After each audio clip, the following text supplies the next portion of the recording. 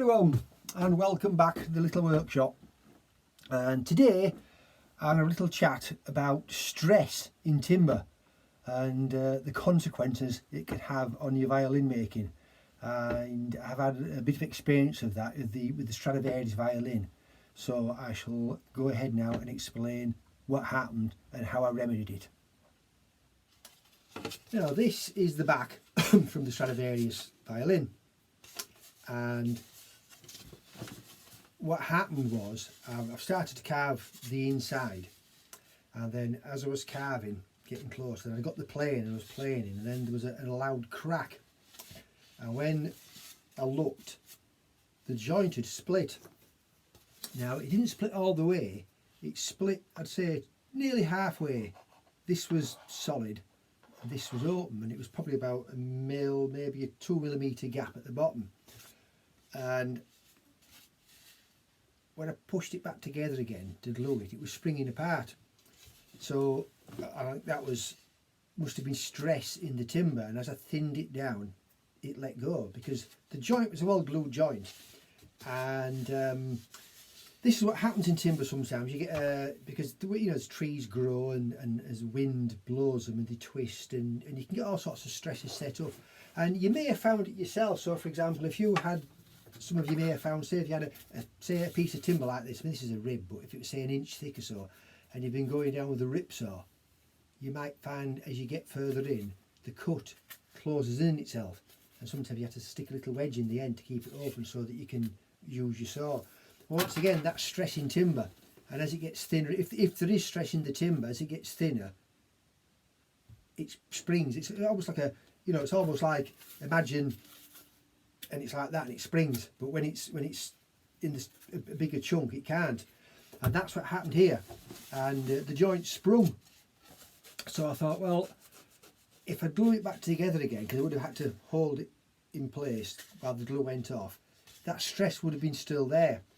So I decided the only way to do it was to break the rest of the joint. So I took some hot water and I soaked it in that side, and I kept putting hot water on and slowly bending these. It took about 15 minutes and I got the joint apart. And then the next thing then was to decide which bit had gone. And when I looked down it, this is, as you look at it, that's your left hand side, that joint was straight, but when I spied this joint, it was just ever such a slight curve. So I figured it was this side that had gone.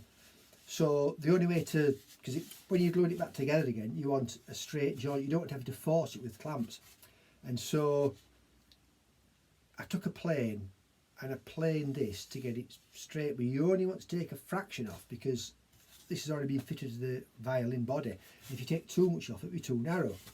So what I did, I got a block plane, a little, well, one of these planes here, and I did the equivalent of a shooting board, and I planed it. Now I should have videoed this, but I didn't.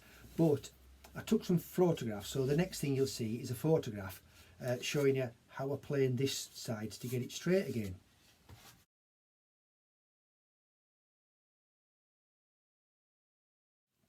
And then once I'd got the joint straight and I checked them for fit, I then made that little jig. As you can see, there was a piece of board with two tapered pieces of wood that was forced into, and well, I say forced into, it was just gently pushed in. It was just to keep it together, and you'll see that in the next little clip with the joints planed and in position.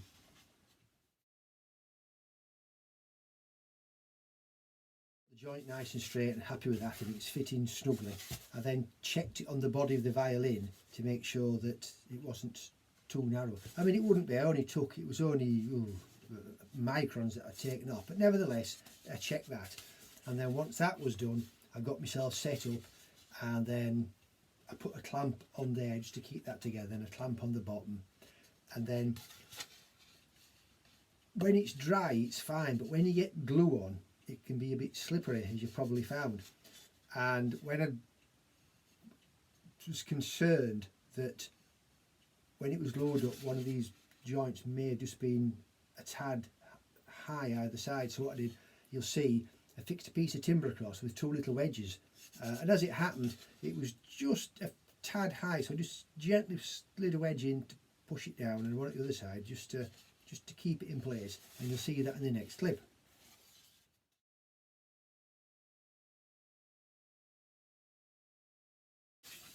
And then that's how it was clamped together.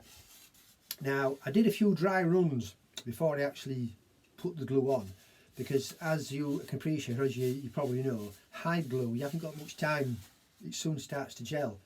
And so what I did, I put this into place, the clamp on the end there, that clamp down there, that was just to keep that flat in case, you know, one might ride up as it, you know, when it's the glue on. And the bit across there, the wedges, and I did that 3 or 4 times just to get the practice to do it, so that when the glue was on, it was straight in. You weren't messing about. And there we have it, and it's glued up. And as you can see, the joint is nice and tight. I mean, that looks like a gap, but you can take it from me. It's not. It's just a shadow. And there we are. And then it's just a case of cleaning the inside. And that's the importance of getting your good joints. Like when you saw the bit where it was jointing these together, where you get your, this is a bit of spruce for another violin, the 2 pieces, and you know, that would have been, that's been sewn down the middle. And then you saw me, and I got that joint there, and then I held it up to the light to make sure there was no daylight, because you don't, as I said, if there's a slight gap and you put a clamp on to close that gap up, see, you're introducing stress into the timber. So that's why, one of the reasons you do that. And then also, with it being a good joint, you can just, once the glue goes on, you can slide that out, and once it stops, it's gripped, and you won't need a clamp. Just put it to one side. I mean, some people put a little clamp on just to hold it in position, you know, while the glue goes off, but the clamp's not there forcing the joint up. So that is that. So stress in timber as well. Yeah, and you may get stressed yourself when it happens to you, but you know, it happened, it just split, and I just thought, right, well, there's a way out of everything, you know, unless you cut your timber too short. But most of the time you can just look at it, think about it, and you can get it. So that's, not only that, all the work, I got all that purfling in and all the arching done, I wasn't going to throw it away. So there we have it. How to relieve stress in wood and yourself. So that's how you do it. And the other little job I've been on with is, you remember the orange violin, and I've taken the top off and I've checked the thicknesses, and I'd got it way too thick. I don't know what I was thinking of when I did it, but it was at one point in this area here, it was about 6 millimeters, and then it was about 5.5 and so forth. So yeah, so I don't know what I was thinking of. But anyway, in the middle area here now, it's about just under 3 mil, I'd say about 2.8, and then up in the top it's about 2.4, it's about 2.6 down here, and it's a nice flexible top now. It's a nice bit of flex in it, and you can hear, well, I'll tap it, see if you can just get me on the right. And if I get, and then mode 5, get my finger in the,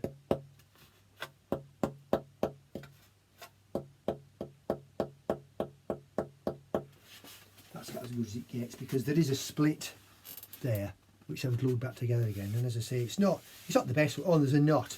You can see that knot, and when I was playing this, it fell out, so I glued it back in. So it's not the best wood. I mean, this is construction grade timber, but anyway, I've used it in there.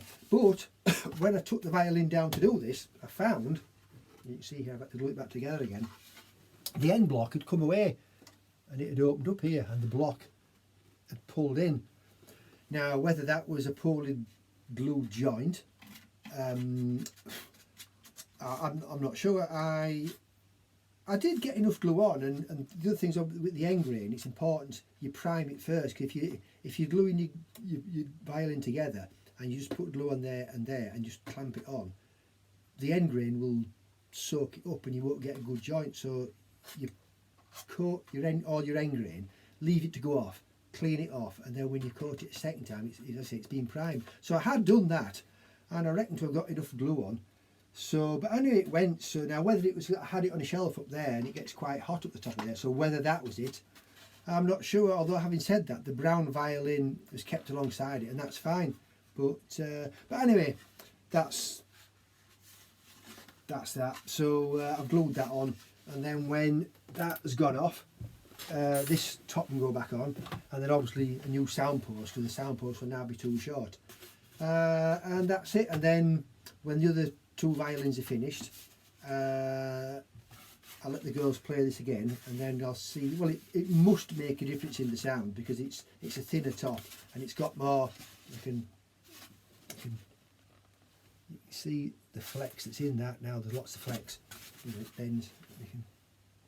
And it flexes. Although it's not the best timber. I mean, there is a. Where I'm looking now. Oh, there's a split there, which I have to look, and it just needs a little bit of tidying off now. You can see it's a little bit lumpy and bumpy there, and it's a bit rough down here because I left the sound post in. Sorry, the sound post. I left the bass bar in. I just can't remember making a new bass bar, because this is. I mean, this is only the. It's not. It's just a piece of. As I say, this is a piece of construction grade pine, and the same as you know the oak worktop. So it's only experiment. So I've left that in, and then as it's gone deeper, obviously you can't see here, but there's probably a 2mm. There's the sound bar where it joins, and 2mm below that is at the actual worktop when it's stepped down. But that can do. I mean, you can see there's a knot. I mentioned that before, and that knot fell out. So it's not the best. I mean, as I say, I'll go out with the scraper and finish off here. But it definitely will. Well, with it flexing more, it'll resonate more. Just how that comes out of the sound, I don't know. But I've still got the video of when this was played, and I can when they play this, I can put them side by side, the 2 videos, and you'll see just what it does. When that'll be now, I don't. When the girls will be playing them, because over here now, as we've got the COVID-19 or the coronavirus as it's known, and there may be travel restrictions, so we may not be able to go. So that's up in the air at the moment. So we'll see. I mean, we're okay here. I mean, Julie, she's got a cold now, but I think it's flu. It's not the coronavirus. I think it's just your standard flu. So she's in bed at the moment, but I'm sure she'll be up and about in a few days, and I'm fine. So that is basically how we are over here. And anybody watching this, I hope you're keeping in good health. And as they say, wash your hands and just be careful. And that is all I can say for the moment. As I say, I'll be getting on with the other 2 violins, and when they're finished, we'll be getting the girls play them. So I think I don't think I've much more to add. I don't think so. That's that. That'll be done. They're done. Yeah, I think that's it. So I'll say goodbye for now, and I'll reappear sometime in the future on a television near you. So bye.